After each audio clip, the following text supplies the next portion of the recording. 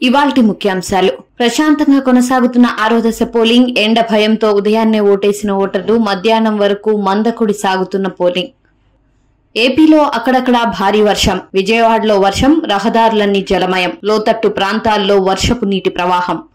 BRS ప్రభుత్వం గత 10 ఏళ్లలో 2.37 లక్షల ఉద్యోగాల భర్తీకి నోటిఫికేషన్లు ఇచ్చింది. కేటీఆర్ 2004 నుంచి 2014 వరకు తెలంగాణ యువతకు 10,000 ఉద్యోగాలు మాత్రమే వచ్చాయి. కేసీఆర్ ప్రభుత్వం గత 10 ఏళ్లలో 2.37 లక్షల ఉద్యోగాల భర్తీకి నోటిఫికేషన్లు ఇచ్చిందని ప్రకటన.